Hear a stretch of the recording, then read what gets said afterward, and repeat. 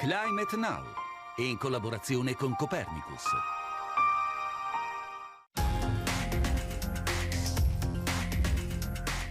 Hello and welcome to Climate Now, here from Bologna in Italy, home to the world's oldest university and now home to Europe's greatest store of climate data. Ci sono circa 700 petabyte di dati, che è un numero gigantesco. È veramente qualcosa di incredibile, di stupefacente.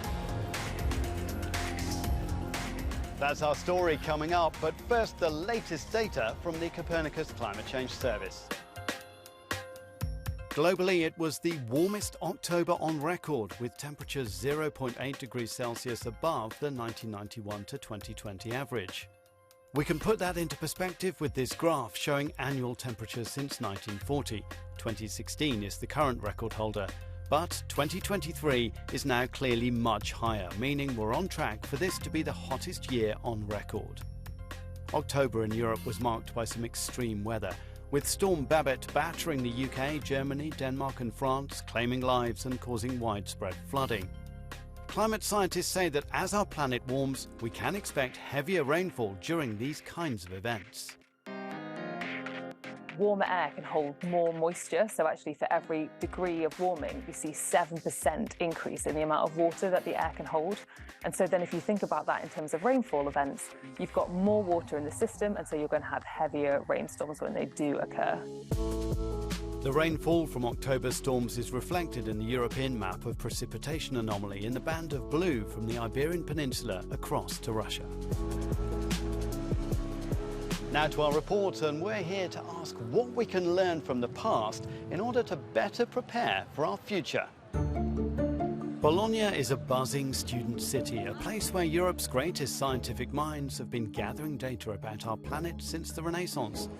Professor Monica Azzolini shows us around the university's Palazzo Poggi Museum. This is one of the many European collections of the 16th century that tried to put together as much information as possible about the world as they knew it. Now we rely more on numerical data, but the idea is exactly the same. The idea is to make sense of the world by collecting as much information as possible about it. Today, that quest to understand the Earth and accurately predict the future continues here at the Tecnopolo di Bologna, home to Europe's climate data store. Climate scientist Susanna Corti often uses the records here. Avremo bisogno di qualche cosa per proteggerci le orecchie, perché è molto rumoroso. The centre has a complete set of records dating from 1940 to today. So we basically have like the history of the world's weather and climate here. Sì, esattamente. Inside the servers, there's information useful for managing the impact of climate change on agriculture, cities, health, and even clean energy production. Ci sono anche tanti altri settori, sia della società che dell'economia, che possono utilizzare questo tipo di dati, per esempio sulla produzione di energia. Può aiutare una pianificazione di quello che saranno appunto queste grandi centrali di energia eolica, oppure anche di altri tipi di energia rinnovabile come energia solare. Scientists like Susanna use the data to simulate the future of our climate. She shows us two examples of a high and low emission scenario, illustrating how warm our planet becomes if we do nothing to cut greenhouse gases.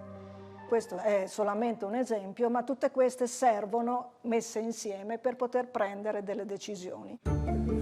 There are valuable lessons to be learned from the recent past in the climate data store. And if we look back to our Renaissance ancestors, whose treasured works are stored here in Bologna, what can we learn from them? I think one of the lessons of the past is that they believed that the Earth was a living being and that they were part of this environment, and changing things could lead to problems. Well, that's all we have time for here in Bologna, but you can head over to euronews.com/climate now to see all of the data presented in this programme, and I'll see you next time.